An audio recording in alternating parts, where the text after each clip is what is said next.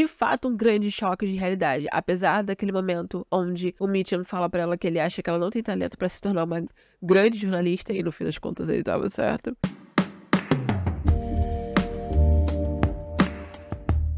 Olá, eu sou a Thay e esse é o AT Te Conta. E no vídeo de hoje é uma mistura de a minha obsessão em falar sobre personagens de Gilmore Girls e fazer alusões a coisas da vida real e usá-los como uma maneira da gente refletir sobre fatos da vida.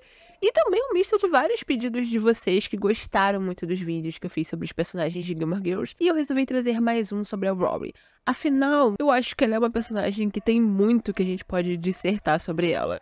De coisas boas e coisas ruins também. Mas, sobretudo, eu acho que ela é a personagem de longe mais odiada da série. E eu particularmente não acho que todo esse ódio que a Rory recebe é tão merecido assim. Eu acho que ela pode receber uma colher de chazinha às vezes. Então, vamos falar sobre Rory Gilmore e a síndrome da criança prodígio. Ah, e se você gosta desses vídeos que eu faço sobre personagens de série, Gilmore Girls, já comenta aqui embaixo qual o próximo personagem que você quer ver aqui, que eu fale sobre. Você pode comentar até mesmo uma própria alusão que você faz com esse personagem, uma ponte que você vê entre ele, alguma coisa da vida e como ele serve pra gente refletir em alguma coisa. Já deixa aqui que eu estou aceitando todas as sugestões possíveis, quero trazer muito mais vídeos pra vocês. Ah, e sim, estou de volta depois de uma semana sem vídeo, porque, gente, a vida tá muito corrida. E eu tô procrastinando demais o YouTube, infelizmente, apesar de ser uma das coisas que eu mais gosto de fazer é escrever roteiro, sentar aqui, conversar com vocês e postar o vídeo e ver os comentários. Infelizmente, eu acabei deixando de lado um pouco nas últimas semanas. Preciso criar uma rotina melhor pra gente não ficar sem vídeo toda semana. Então, comenta aqui embaixo também me animando, me cobrando pra eu não procrastinar. TDAH é difícil. Bom, como eu falei, a Rory é a personagem mais odiada dessa série de longe, sem sombra de dúvida. Ela consegue ter mais rechaçada pelos fãs do que os próprios, em teoria, vilões da série. No entanto, quando a gente para pra analisar todos esses vídeos ou textos, ou seja o que for que as pessoas fazem, até mesmo comentários falando como a Rory, ela era muito classicista, uma pick-me girl, extremamente privilegiada e mimada, e irritante. Principalmente o grande questionamento que muitos de vocês comentaram nos últimos vídeos é que a grande decepção que vocês têm com a Rory porque ela tinha tanto potencial e ela tinha tudo pra, sei lá, ser incrível e todo mundo tinha tantas expectativas em cima dela. Porém, ela acabou meio que não fazendo nada. Depois de um tempo refletindo, eu comecei a perceber que talvez esse ódio tão grande e às vezes tão gratuito contra a Rory seja um ódio contra... seja mais uma representação de um sentimento que a gente como sociedade está vivendo contra a síndrome da criança prodígio. Mais até do que contra a personagem em si. Não que não tenham pessoas que simplesmente não gostem da personagem. Tem muita gente que fala que a queda da Rory começou no momento X. A maioria fala que a queda da Rory começou quando ela cortou o cabelo, que eu acho muito engraçado. Então sim, tem gente que simplesmente não gosta dela, mas também tinha muita gente que gostava e torcia por ela. Então por quê? Por que ela é tão odiada? Por que se criou tanto ressentimento contra ela? E mesmo as pessoas hoje em dia, quando vão fazer o rewatch, quando vão assistir de novo a série, geralmente a galera assiste uma vez por ano, desde o começo já odeia a Rory, agora já busca e procura defeitos e nas atitudes dela desde o início da série. Bom, em primeiro lugar, a gente precisa relembrar qual é a trajetória da Rory em Gilmore Girls. Ela começa como essa menina super certinha, super estudiosa, muito inteligente, muito interessante até, e que a grande, sei lá, a característica que a diferenciava, assim, principalmente das outras personagens de série da época, é que ela era a melhor amiga da mãe. No começo dos anos 2000, a gente tinha um ar de adolescente rebelde. A maioria das séries, ela era focada no público jovem adulto. Assim, os atores, né, a série era muito mais voltada para os personagens jovens adultos. E os adultos da série, eles faziam eles davam estrutura ali, eles davam apoio, mas as séries dessa época quase nunca eram focadas no público adulto. Enquanto que Gilmore Girls, ela é muito diferente, porque ela apelava muito para um público jovem também, porém, ela era uma série que ela era muito mais estruturada em personagens ali depois dos 30 anos. Eram poucos os personagens jovens mesmo, apesar dela apelar muito para um público jovem, o que era curioso. E assim, a Rory da primeira temporada, com salvos algumas exceções, mas em geral ela é muito relacionável, ela é muito gente como a gente, é muito fácil se ver na Rory, principalmente se você foi uma menina, uma pessoa que era muito caseira, que gostava muito de ler, que preferia ficar em casa, que tinha dificuldade em ter um grupo grande demais de amigos, e que não era tão preocupada assim, não era tão obcecada assim em chamar a atenção de pessoas do mesmo sexo ou de sexo diferente. Apesar da Rory, no fim das contas, ela ser bem obcecada por namorados, mas enfim. Então, como ela era tão legal de se ver nela, de se imaginar nela, de se projetar na personagem, até mesmo alguns comportamentos problemáticos dela, alguns defeitos, algumas características mais chatinhas, eram mais tolerados no começo das temporadas. Como, por exemplo, o constante hábito que ela tinha de celebrar os péssimos hábitos alimentares dela. É claro que isso era uma coisa que a mãe ensinou ela a fazer, mas mesmo assim, ela tinha uma coisa de discriminar pessoas que comiam saudável, sobretudo se essas pessoas eram magras, né? Apesar de ela comer muito mal e ainda ser magra. Enfim, isso é uma outra pauta que a gente pode trazer num próximo vídeo, como os hábitos alimentares de Gilmore Girls são extremamente distorcidos e eles entram dentro daquele padrão de corpo dos anos 2000, apesar de fingir que não. Mas existe isso na série, existe isso com a Rory também, não só com a Lorelai. A questão é que conforme a série vai progredindo, a Rory vai crescendo, ela acaba saindo um pouco da bolha que ela vivia e conhecendo mais pessoas e descobrindo novos gostos e hobbies e coisas que ela gosta de fazer. E aí, esses pequenos defeitos, essas coisas que passavam despercebidas, acabam sendo mais gritantes, porque ela não é mais aquela menina tão certinha, tão obcecada com as regras, apesar dela ainda ter isso dentro dela. E aí que a gente percebe que a Rory acaba se tornando uma pessoa muito egocêntrica, muito mimada, diversas vezes ela é egoísta. Que foi? Tô ocupada. A não ser que ela seja super bem sucedida na primeira tentativa, quando ela vai descobrir algo novo, ou que ela seja super aclamada naquilo, um puta sucesso, ela desiste e ela não tenta mais uma vez. E eu acredito que foi esse conjunto de coisas que tornou a personagem tão odiada atualmente. Mas, será que todo mundo que odeia e critica tanto a Rory em todos esses aspectos, para pra pensar por que a Rory é assim? O que eu acho muito interessante na personagem da Rory é que o valor-chave dela na série é ela ser uma criança que tem essa síndrome da criança prodígio. Uma criança não, né? Uma adolescente quando a série começa. E mais uma vez, só ressaltando que síndrome da criança prodígio é um termo inventado, assim como a síndrome de Peter Pan e... Qual foi a outra síndrome? A síndrome dos 30. Não tem validade científica, é só um termo para ficar mais fácil. É um conceito que a gente usa na internet, enfim, não sempre aí diagnosticando as pessoas, se diagnosticando assim, como se fosse uma doença, tá? E o que é a síndrome da criança prodígio? Ela é um termo usado para identificar, não diagnosticar, pessoas que se saíam muito bem, principalmente na escola, na infância, que performavam tão bem que muitas vezes foram chamados de superdotados, talvez, ou gênios, extremamente inteligentes, pessoas que eram separados na turma, por exemplo, dos seus outros colegas de classe, sabe? Eram os grandes exemplos que os professores davam, eram super bem-sucedidos em tudo que eles tentavam, os melhores alunos da classe, os ganhadores de prêmios, os alunos de destaque, valedictorian e etc. E que, quando adultos, continuam sentindo uma grande pressão para continuar recebendo todo esse reconhecimento, porque sentem que eles precisam estar à altura das expectativas que as pessoas criaram para eles quando eles eram mais novos, ou expectativas que eles mesmos criaram desde novos por sempre viverem nesse grande alto de premiação e triunfo. Esse conceito da síndrome da criança prodígio já vem sendo discutido na internet faz algum tempo, mas ele foi super reacendido em 2022, 2023, quando o TikTok de uma usuária chamada Regan's Poetry viralizou, onde ela compartilhou um poema em vídeo, justamente sobre a dor dela ter crescido como uma criança super inteligente e recebido todos os aplausos e elogios, porém não ter alcançado nada de excepcional na vida adulta. Ela é apenas uma pessoa normal, isso é comum.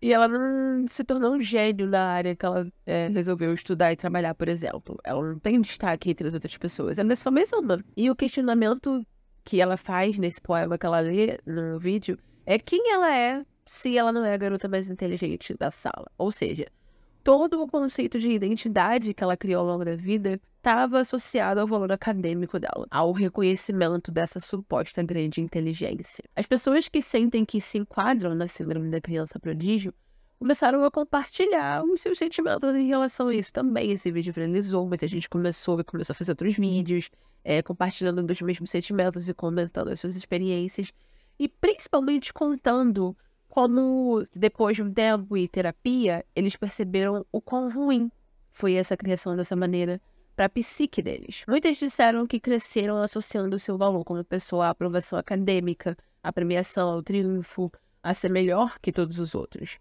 E por isso, quando essas pessoas se tornaram adultas e começaram a entrar no mercado de trabalho, elas foram percebendo que, cara, os trabalhadores nem sempre vão receber um feedback por tudo que eles fazem, sobretudo um feedback positivo. Você faz o seu trabalho no Brasil. Então, não é como era na escola. E eles não são aplaudidos o tempo inteiro, e isso deixa eles muito para baixo. Ou até mesmo, eles foram percebendo que pessoas que não eram excelentes na escola, não eram os grandes gênios, né? Aqueles alunos que era para ficar de olho porque iam fazer grandes coisas na vida adulta e tal, que essas pessoas estão se saindo muito melhor na vida adulta, no mercado de trabalho, do que eles.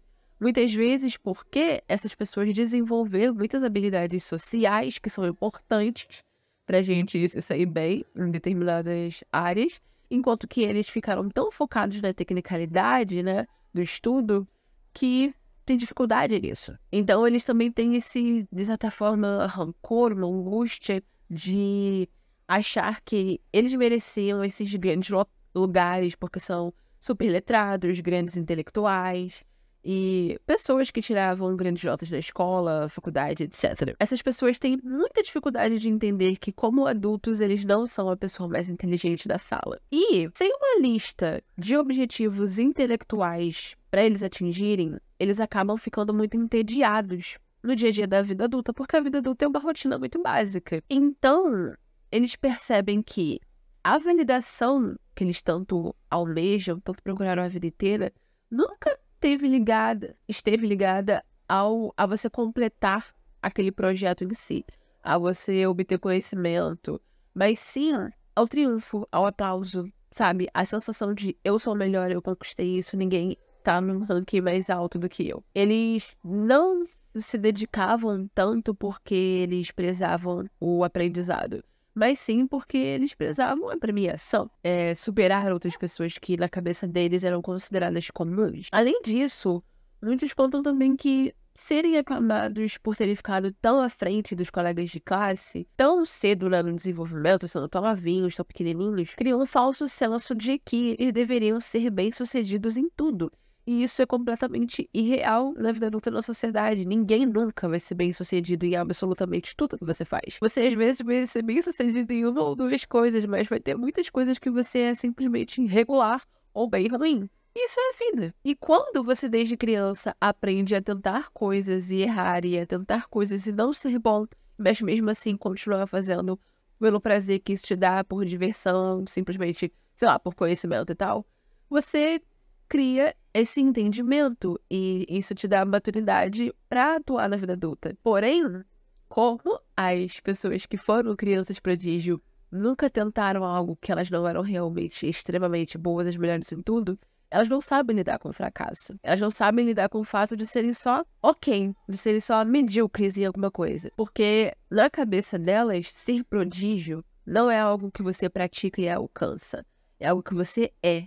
Então, toda vez que elas encontravam uma barreira, elas desistiam. Toda vez que elas encontravam algo que elas não eram automaticamente excelentes, elas paravam de estudar. Então, eles não conseguem contemplar a ideia de não serem bons em alguma coisa. E uma vez que você é alimentado com a ideia de que você é super talentoso quando criança, você internaliza que não pode parar de continuar a provar que merece esse título. E, às vezes, acredita que fazer perguntas ou falar abertamente sobre não saber fazer alguma coisa te deixa tão preocupado que você não vai ser tão inteligente como as pessoas pensavam, que isso te trava. Por isso, geralmente, essas pessoas não sabem pedir ajuda, por exemplo. Eu vi um psiquiatra usar a seguinte analogia e eu achei ela incrível para descrever a diferença entre você ter uma criança prodígio e uma criança normal. Imagina que você tem uma grande propriedade, né, um espaço enorme para construir uma mansão. E você tem a planta para a construção dessa mansão. E aí, você olha essas duas coisas e você tem nas suas mãos os instrumentos. No entanto, o trabalho duro, árduo, para levantar uma mansão, apesar de você ter a planta e a propriedade, ele é muito maior do que se você simplesmente construir uma casa. E é essa mesma questão com as crianças prodígio. Elas têm um grande potencial e, às vezes, elas até têm instrumentos, mas sem trabalho duro, elas também não vão chegar a lugar algum como qualquer outra pessoa. Elas simplesmente assumem que as coisas são fáceis para elas sem que elas precisem se esforçar tanto quanto a criança, entre aspas, comum. E por ouvir isso, a criança prodígio internaliza essa afirmação. Porém, a verdade é que exigiria muito mais. Você pode ter a propriedade e a planta, você pode ter todo o potencial, porém, construir uma mansão ainda vai dar muito mais trabalho do que construir uma casa. Você alcançar esses altos ideais, essas imensas expectativas que os próprios adultos colocaram em cima de você quando criança, é muito mais difícil do que você ser só um adulto bem-sucedido no nível regular. E, na verdade, até as pessoas consideradas, entre aspas, gênios, né, da sociedade, trabalharam muito duro e de maneira excepcional para chegar onde elas chegaram. Só para você ter um exemplo que eu acho que é o mais significativo e mais conhecido, Einstein só foi aprender a ler quando ele tinha 9 anos de idade, o que, para os padrões comuns da sociedade, é super tarde. Não, e ele foi reprovado nas provas de admissão da faculdade. Só que ele tinha uma mentalidade bastante positiva com relação a erros e ao fracasso. Então, ao invés disso, super o colocou para baixo, ele desistiu, nunca mais tentar de novo, ele usou isso como motivo. Ele estudou mais, se empenhou mais e todo mundo sabe que é Albert Einstein, né? Ele teve uma carreira excepcional. Isso tudo que eu falei é justamente tudo o que acontece com a Rory na trajetória da série. Independente de todas as dificuldades que a Lorelai passou como mãe solo, e ela passou por várias, ao longo da criação da Rory, ela sempre criou a Rory com esse senso de não só ela é extremamente especial, como a única coisa que ela precisava pra se sair bem na vida era ir bem na escola, era ter um sucesso acadêmico. E tudo bem que toda mãe acha o seu filho extremamente especial, e principalmente naquela época existia esse conceito, esse pensamento de que concluir uma faculdade era a única coisa necessária para você obter sucesso na carreira. Porém, ainda assim, quantas cenas a gente tem na série de alguém questionando um despreparo ou uma atitude da Lorelai com relação à criação da filha, e a resposta dela é sempre, não, a Rory é especial, a Rory é diferente, isso nunca vai acontecer com a Rory. Por exemplo, quando ela e o Max estão prestes a casar e ele pergunta qual o papel dele na vida da Rory, se acontecer determinada situação, como ele deve reagir, e ela fala, a Rory já tá criada, a Rory já tá educada, você não precisa fazer nada. Quando a Rory tinha 15 para 16 anos na época. Quando ela acha que a Rory não precisa se matricular em várias faculdades porque simplesmente ela vai só entrar em Harvard só por tentar. Quando a Emily questiona ela sobre a Rory precisar de mais atividades extracurriculares para colocar no currículo dela, já que as faculdades já tinham começado a olhar outras coisas além de altíssimas notas, e a resposta dela é tipo, não, mas com a Rory vai ser diferente, porque ela é especial, ela vai entrar. Quando eles estão naquele jantar onde os avós da Rory vão conhecer o Jim pela primeira vez, e o Richard é super estúpido com ele, fala várias coisas e pergunta, e humilha ele por ele não ter um projeto do que fazer na vida, uma faculdade, etc. E o Richard faz essa comparação entre ele e a Rory, e a resposta dela é, não, a Rory tem tudo isso planejado porque ela é especial. É só isso. A verdade é que todos esses planos, toda essa ambição da Rory vinha muito da Lorelai. Ela projetou todos os sonhos frustrados dela na filha. E por isso, quando a gente encontra a Rory Gilmore no Revival, quando ela já tá com 32 anos, fica parecendo que ela tá estagnada. Fica parecendo não, ela tá estagnada. Mas fica parecendo que ela não é bem-sucedida, que ela não conquistou nada na vida, não desenvolveu todo o grande potencial que ela tinha. Quando, na verdade, o local que a Rory tá, ele é bastante realista. Ela, bem ou mal, é relativamente sucedida na carreira de jornalista. Ela só faz muito mais trabalho freelancer. Ela não tem uma carreira estável. Mas ela também não deixou de fazer nada com todo o conhecimento, aprendizado e dinheiro que foi investido nela. A questão dela não ter uma casa e não ter planejamento e organização é muito justificável pelo fato de, primeiro, toda a projeção que foi feita para ela, que ela tinha que obter sucesso acadêmico, e a grande obsessão de organização que ela tinha era muito focado para isso e não em outros aspectos da vida dela. E além disso, ela cresceu muito privilegiada, apesar de o tempo inteiro a série fazer tentar parecer que ela e a mãe eram pobres, quando elas não eram pobres. E elas tinham todo o acesso que o dinheiro dos Gilmore poderiam prover. Então, assim como a Lorelai sempre soube que ela poderia, se quisesse, pedir dinheiro aos pais, a Rory sabe que ela pode, se quiser, pedir dinheiro tanto a mãe quanto a avó. Ela sempre vai ter uma casa. Ela sempre vai ter a herança da família. E sim, no momento em que a gente encontra a personagem, ela tá desmotivada, cansada, frustrada, entediada com a vida que ela tá levando. Muito insatisfeita com a qualidade do trabalho que ela tá produzindo, né? Aquele livro que ela tenta escrever com aquela mulher doida lá. Porém, ela fica super ofendida quando se espera dela estar preparada para uma entrevista de emprego. Ela fica super ofendida também quando aquela outra revista, acho que é Condé Nast, entrevista ela e eles dão uma pauta que ela acha que é superficial, que é inútil, que ela não teve interesse. Porque ela ainda acha que ela é excepcional, que tudo que a reputação dela tem a dizer deveria precedê-la, que ela não precisa se esforçar, que ela tem que ser exime em alguma coisa simplesmente por ser. Afinal, foi isso que foi ensinado a ela desde criança. Ela